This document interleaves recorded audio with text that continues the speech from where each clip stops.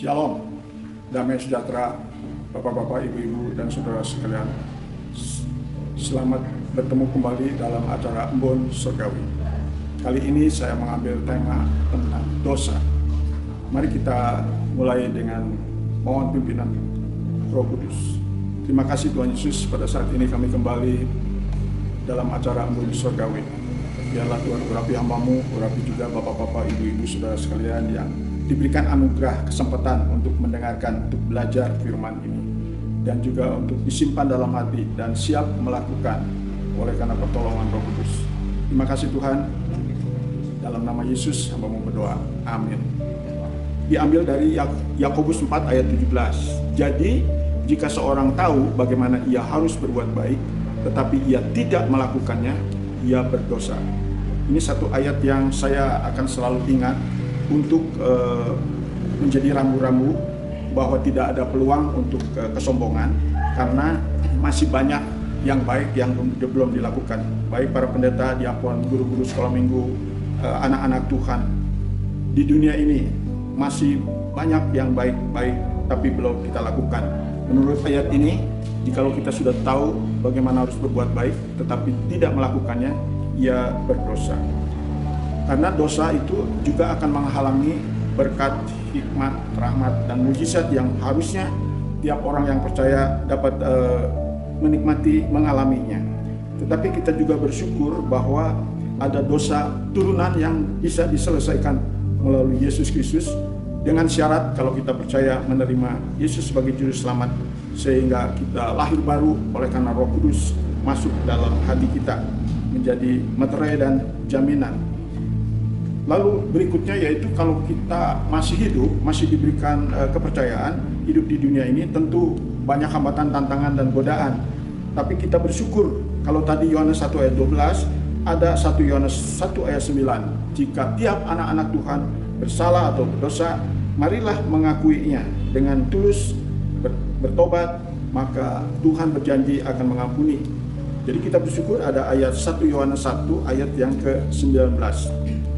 Kembali bahwa selama perjalanan di dunia ini kita harus berhati-hati, motivasi kita jangan sampai ada dosa dalam hati kita, karena dosa menghambat. Dalam Yesaya 59 ayat 1 bahwa tangan Tuhan tidak kurang panjang untuk memberi pertolongan pada kita, tapi sayang ada dosa yang bisa menghalangi dan menghambat aliran berkat-berkat yang kita harusnya nikmati. Mari kita akan melihat dosa-dosa siapa saja di dalam Alkitab itu yang bisa menjadi peringatan bagi kita. Ada dosa Akan, yaitu yang mencuri jarahan, melanggar firman Tuhan. Dan ini sangat fatal karena sekeluarga harus dirajam dengan batu. Ada dosa Daud, yaitu dosa mata melihat wanita, sehingga ia akhirnya oleh sebab dosa ia tidak selera makan, tubuhnya pun merosot kesehatannya. Kemudian ada dosa Nebukadnezar karena kesombongannya, sehingga tubuhnya bagaikan binatang, kukunya pun seperti kuku burung. Kemudian juga ada dosa penipuan seperti Ananias dan Safira, sehingga persembahan kita harus berkenan, harus tulus dan sukarela, bahkan harus bersyukur, mengingat keselamatan itu harganya luar biasa oleh darah Yesus. Dosa Haman menjadi peringatan bagi kita, yaitu yang iri hati kepada Mordekai, sehingga fatal juga, ia harus disula tali yang dipasang sendiri. Demikian juga Nabal yang begitu pelit terhadap Daud, akhirnya ia mati mendadak. Dan yang terakhir yaitu dosa Ahab, ingin barang orang lain, maka ia pun pada akhir hidupnya sangat memprihatinkan. Itulah tentang dosa. Mari kita bersyukur, ada janji Tuhan, kalau kita mengakui akan diampuni.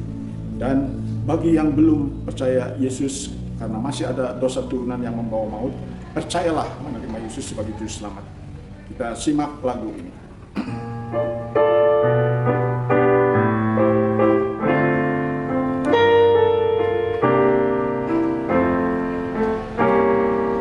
Dosaku hilang karena salib Golgota.